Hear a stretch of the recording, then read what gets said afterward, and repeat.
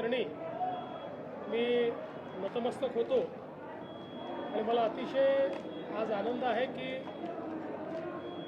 भगवंतांच्या प्रगट दिनोत्सवाच्या निमित्ताने बार्शीच्या ऐतिहासिक नगरीमध्ये मला येण्याची संधी मिळाली आणि विशेषतः आपल्या सगळ्यांना कल्पना आहे की हे अतिशय प्राचीन अशा प्रकारचं मंदिर आहे।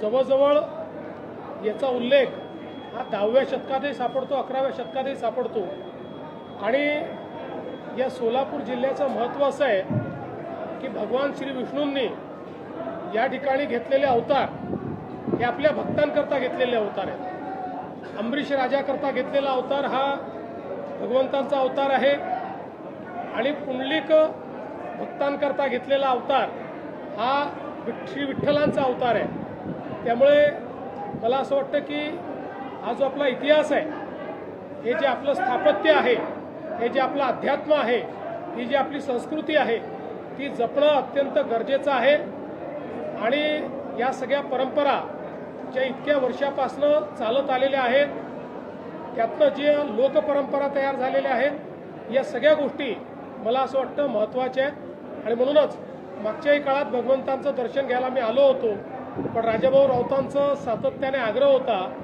की प्रकट दिन उत्सवाच्या निमित्ताने या ठिकाणी आलं पाहिजे आणि मला देखील खरं म्हणजे ती संधी हवीच होती। त्यामुळे आज हे दर्शन मला प्राप्त झालेलं आहे। राजाभाऊंनी जो आराखडा इथला तयार केलेला आहे त्याला सरकार पूर्ण समर्थन देईल आणि अतिशय चांगल्या पद्धतीनं ही ऐतिहासिक जागा आहे।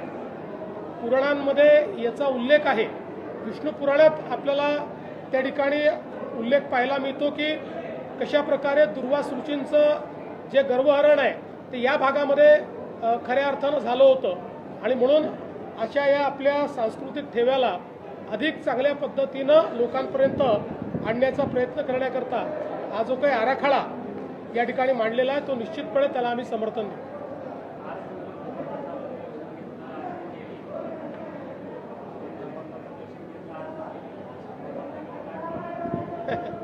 भगवंताने सगळं दिलंच आहे आणि मी तर नेहमी असं म्हणतो की आपले ईश्वर असे आहेत की ज्यांना मागावं लागत नाही, त्यांच्याकडे जाऊन आपण नतमस्तक झालं तर सर्व मनोकामना पूर्ण होतात आणि शेवटी ईश्वरीय शक्ती ही आपल्याला मानसिक बळ देणारी आणि मानसिक बळ मिळालं तर किती प्रश्न समोर आले तरी आपण त्याच्यावर उत्तर शोधू शकतो।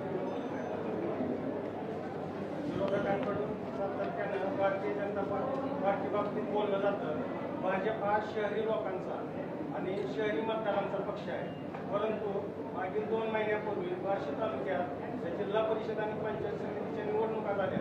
त्यामध्ये माजी आमदार राजेंद्र राऊत यांच्या नेतृत्वाखाली जिल्हा परिषदेच्या 6 पैकी 6 आणि पंचायत समितीच्या 12 पैकी 12 अशा 18 फरकानं राजाभाऊंनी 54,000चं मताधिक्य घेऊन ग्रामीण भागात भाजप पक्ष बळकट करण्याचा प्रयत्न केला आणि ते मास लीडर आहेत हे पुन्हा एकदा दाखवून दिलं।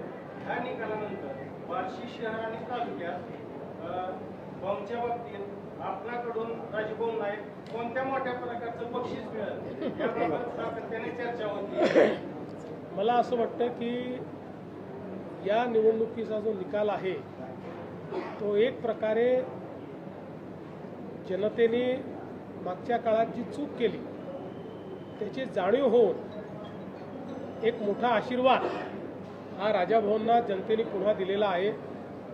किंबहुना सातत्याने वर्षानुवर्ष जनतेची सेवा करणारे, जनतेकरता संघर्ष करणारे राजाभाऊ आहेत। त्यामुळे मी एवढंच सांगेन की त्यांना अजून भरपूर राजकीय आयुष्य आहे, अनेक पदं त्याच्यामध्ये मिळतील आणि निश्चितपणे त्यांच्यासारख्या नेत्याची भारतीय जनता पार्टीत कदरच होती। विधान परिषदेसाठी जे आहे राजाभाऊ यांचं नाव चर्चेत आहे, या चर्चेत काय शक्यता आहे? असं आहे की विधान परिषदेकरता कुठली नावं आहेत, त्याचं काय होणार आहे याचा निर्णय काही मी घेत नाही, तो आमचं देशाचं पार्लमेंटरी बोर्ड घेतं। त्यामुळे तिथनं निर्णय जे काय होतील त्यानुसारच सगळे निर्णय होतील। पण एवढंच सांगतो की राजाभाऊ राऊत यांना भविष्य आहे। साहेब, कोल्हापुरात 15पेक्षा अधिक तरुणींवर अत्याचार झाल्याचं समोर येते, लव जिहादचा संशय असल्याचं देखील समोर येते। कोल्हापुरात. बघा, आता तुम्ही कुठल्या घटनेचा उल्लेख करताय त्याची माहिती माझ्याकडे नाही आहे. त्याची माहिती घेऊनच मी त्या संदर्भात बोलेन.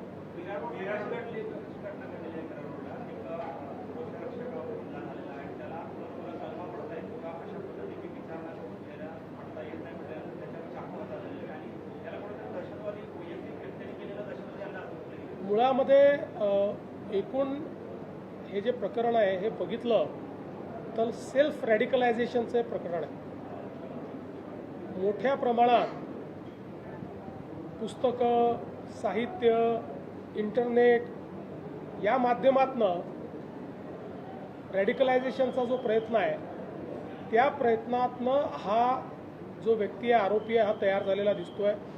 त्यामुळे याला केवळ काहीतरी आपल्याला जिहाद करायचा आहे आणि जिहाद करायचा म्हणजे इतर धर्मियांना मारायचं आहे अशा पद्धतीच्या विचाराने पेटून त्यांनी हे कार्य केलेलं आहे.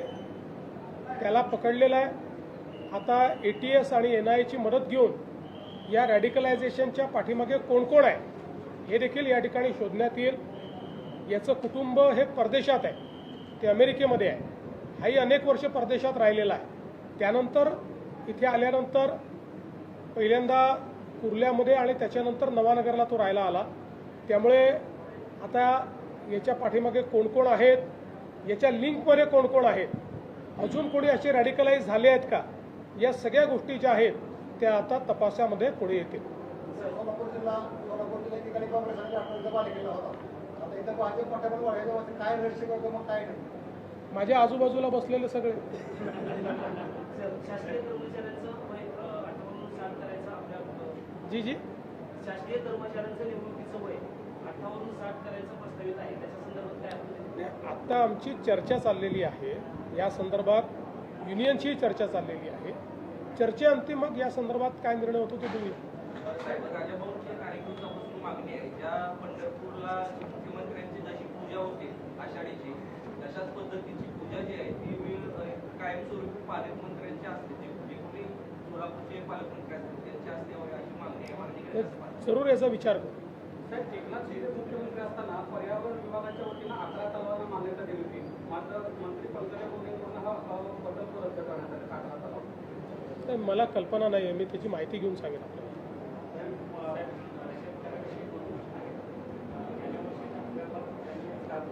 थोडं मोठ्याने.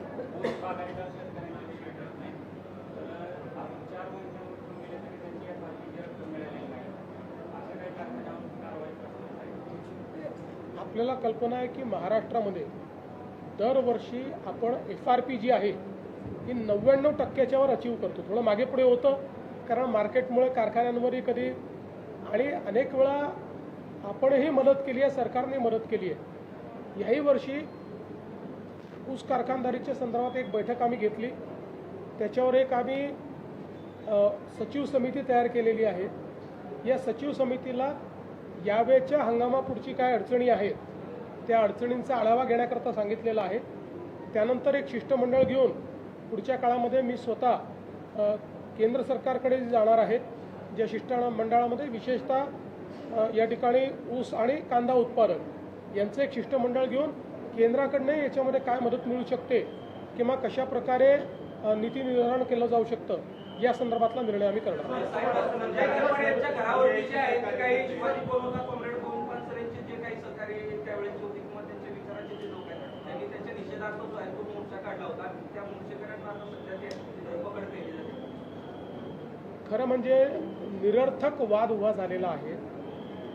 पहिल्यांदा तर हे लक्षात ठेवा की या देशामध्ये छत्रपती शिवरायांचा कोणी अपमान करू शकत नाही. छत्रपती शिवरायांचा मान इतका मोठा आहे की कोणीही त्यांचा अशा पद्धतीनं अपमान करणं हे शक्यच नाही आहे. आता हे जे पुस्तक लिहिलं गेलं आहे 1979ला लिहिलं गेलेलं आहे त्याच्यावर आज वाद उकरून काढायचा आणि दोन्ही बाजूंनी एकमेकावर भिडायचं, मला असं वाटतं की शुद्ध असामाजिक अशा पद्धतीचं, असंवेदनशील अशा पद्धतीचं हे कृत्य आहे. मला असं वाटतं आक्षेप घेणाऱ्याने पुस्तक वाचलं आहे की नाही मला माहिती नाही. आंदोलन करणारे तिकडनं जे आलेले आहेत ते आपण कशाकरता करतो हे त्यांना माहिती आहे की नाही मला माहिती नाही. केवळ कुठला तरी मुद्दा पकडायचा आणि त्याच्यावर विवाद उभा करायचा आणि चर्चेत राहायचं हा प्रयत्न योग्य नाही. सर, घाटकोपर येथील लहान मुलींच्या अत्याचार प्रकरणी किरण सोमय्या 12 तास आंदोलन केलेले आहे. त्या संदर्भात क्राईम ब्रँच देखील तपास करते. पुढील आपली कारवाई काय असणार आहे? किरीट सोमय्यांची मागणी आम्ही मान्य केलेली आहे. त्यानुसार त्या ठिकाणी तो जो तपास आहे हा तपास क्राईम ब्रँचला वर्ग करण्यात आलेला आहे आणि त्याचसोबत ज्या ज्या लोकांनी या तपासामध्ये कुठेही कुचकामीपणा केलेला आहे त्यांच्यावर आम्ही कारवाई करतो. बार्शी क्षेत्र विकास आराखडा शासनात नगरपालिकेने सादर केला आहे. मागच्या वेळेस सगळे तुम्ही असं म्हणाला की काय पण अद्याप त्या आराखड्यात काय नेमकी अडचणी? त्याला अडचणी नसतात. त्याच्याकरता खूप वेगवेगळे फोरममधनं तो जावा लागतो. आराखडा शासनाला गेला म्हणजे पहिले कलेक्टरची कमिटी असते, त्याच्यानंतर पालकमंत्र्यांची समिती असते, त्याच्यानंतर जिल्ह्याची समिती करून तो राज्याच्या समितीकडे येतो, मग त्याच्यानंतर HPC असते, त्याच्यानंतर मुख्यमंत्री कमिटी असते. एवढ्या सगळ्या याच्यातनं एक आराखडा जातो. त्यामुळे तो प्रोसेसमध्ये आहे. चला, धन्यवाद.